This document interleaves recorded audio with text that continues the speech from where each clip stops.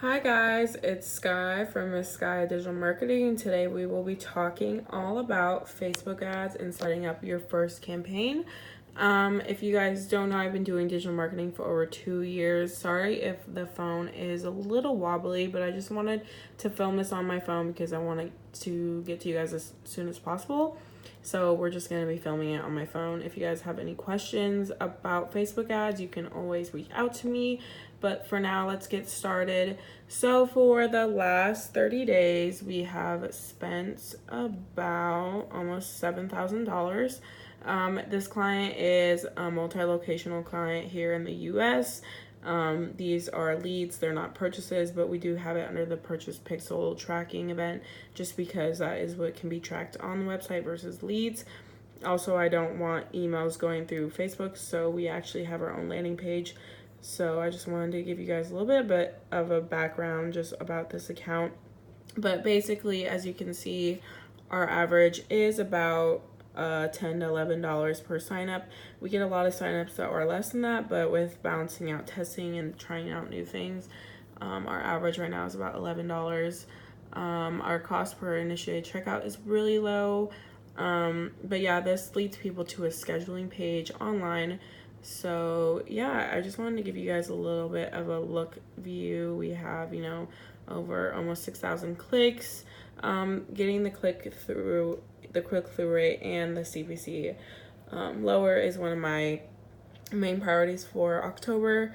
But for right now, we're focusing clearly on just getting up on many signups as possible.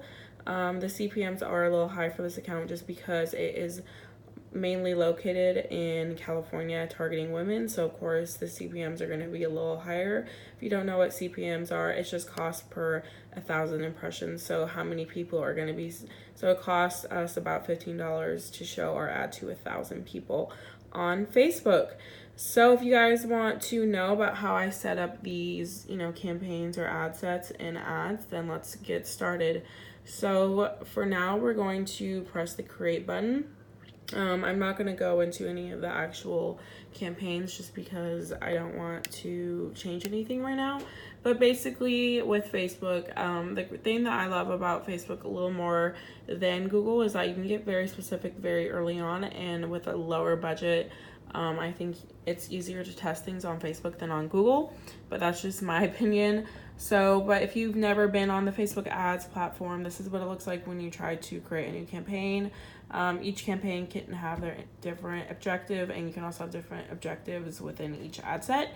But so there's brand awareness, reach, traffic, and etc. And then all of my ads I have right now are all in conversion. And then you can also do catalog sales and store traffic, which is more, this is towards e-commerce, and this is more of a specific actual storefront that you have in person. But so for now, we're going to press the conversion event, and then I'm not going to change the name, or we can just do test. You can name your campaigns obviously whatever you would like. I can make another video all about what I name and how I name things and everything, but for now we're just going to go straight into a little test campaign for this video. I've actually been testing a lot of CBOs lately just because we're doing CBO switches in February. If you don't know about Facebook, it was originally supposed to be in September, but now it's changed to February, so people can still use the ad set level for Q4. But with a lot of my new campaigns I've been doing, I have been testing and scaling a little bit with CBOs. So today's video, we're going to be doing more of a CBO approach. All of my testing campaigns that I do, I usually have a $50 daily budget across all ad sets, and then I do just leave it here on lowest cost. You can change it to cost cap, bid cap, or target cost, but for the sake of this video and for doing more of a little beginners, we're going to just do the lowest cost. So you're just going to click continue, and then once you get on here, you can actually see that the ad account is named under me. We built a new ad account in August, I believe, just because I wanted to test a few more things, and I was noticing our clientele was a little off, so I just decided to do a whole new ad account. So as you can see, when you pick a different entrance, Facebook will switch the audience size, so you can see exactly how many people you can reach. All of our audiences are probably up to only 1 million 1.5 million max, just because since we are targeting specific locations in the US, it's very hard to, get a huge broad, 6 million, 5 million plus when there's not even that many people in the city. So when you see me setting things up today, you'll probably see audience sizes that are not as big as usual as, say, ecom people. And this is where you'll see the estimated daily results just based on what Facebook has gathered through their data. So we're going to go down here. I don't press any of these buttons. I don't press dynamic or offer. I keep it all blank. So for the sake of this video, we'll just do like a little, I won't do one that's location specific. We'll just go from the United States. So basically, I mainly target women just because our clientele are parents, and I find it very easy to speak to the clients that we would like to attract if they're all just women. Our main clients are families, but I do like to target women most times because I feel like it's a little easier to advertise to women. I might be a little biased just because I am a woman. So for here, I'll just keep it to United States. We can switch it. Sometimes I do switch it to everyone that lives in this location, just because we do want people that are actually living in the location that I am targeting. And then I usually change the age group to 25 plus. I used to leave this blank and then I'll switch it to women. I used to leave this blank and just have Facebook optimized, but we were kind of getting a lot of younger people that weren't, buying anything. So I switched the age to 25 just so we could have a little more room to, target people and get the people that we would like to attract. I do test both with expanded and non-expanded. For the sake of this video, we'll just unexpand this because I want to see all the raw data. So see, once I switched it to unexpanded, it switched 100% to 100 million. So that's the thing about doing expanded. Once you do expanded targeting, it's a little hard to see what data is actually working for you and what is not, because then Facebook goes on and finds its own people for you, which is great, but you don't really know where the interest in the targeting is coming from if you press expanded. I also do expanded and non-expanded testing, like I said. So for the sake of this video, we'll kind of just do one where, like, if I was targeting people in a certain city, but we're just going to keep it on the United States. So these are a couple of interests that I, either have been targeting or people that Facebook thinks I'm going to target. So I'll do household income. Usually I'll test a whole ad set just doing income levels.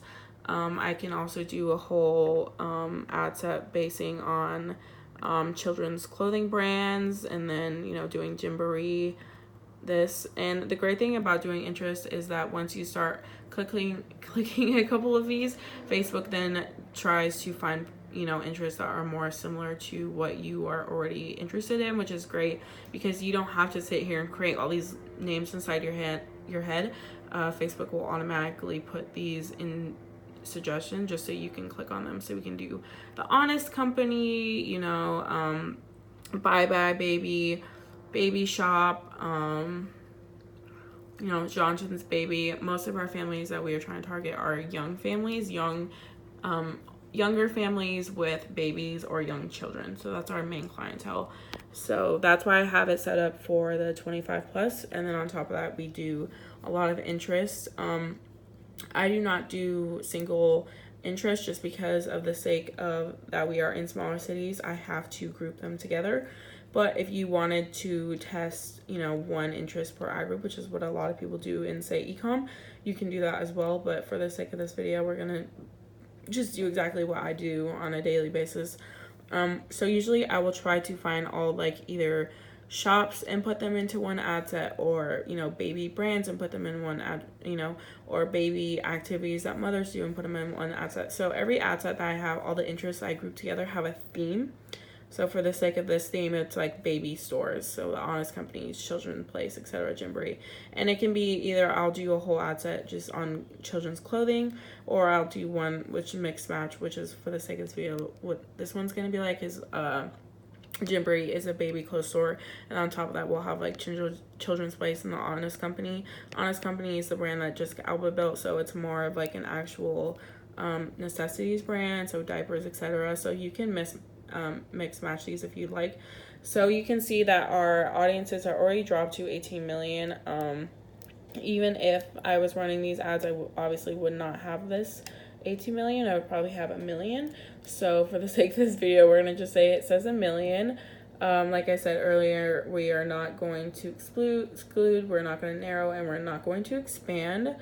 If you would like, you can save this audience just so you can duplicate it and put it into other ad sets. But you can also just duplicate the ad set from the Facebook ads interface once it's all completed.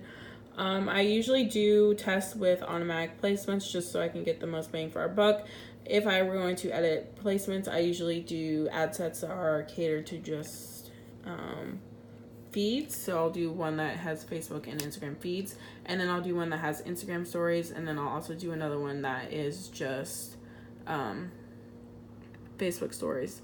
Yeah, a lot of our ads that we do are photos, so not videos. So that's another thing you have to keep in mind is once you are thinking about the placements that you're doing, think about the ad that you have going, whether it's a video or a photo, and think, is it going to look well? And if you don't know if it's going to look well or not, you can always, once you go onto the next page, I'll talk about this in a second, but for the conversion window, I always do 7-day or 1-day click. I don't really see a difference between doing the conversion windows, but I do just keep it normal.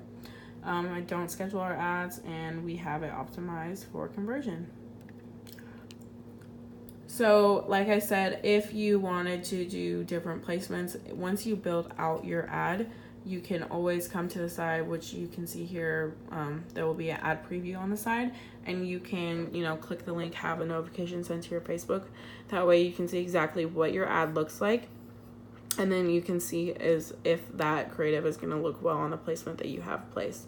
I'm not going to be adding any photos just for the sake of keeping the privacy of the ad account.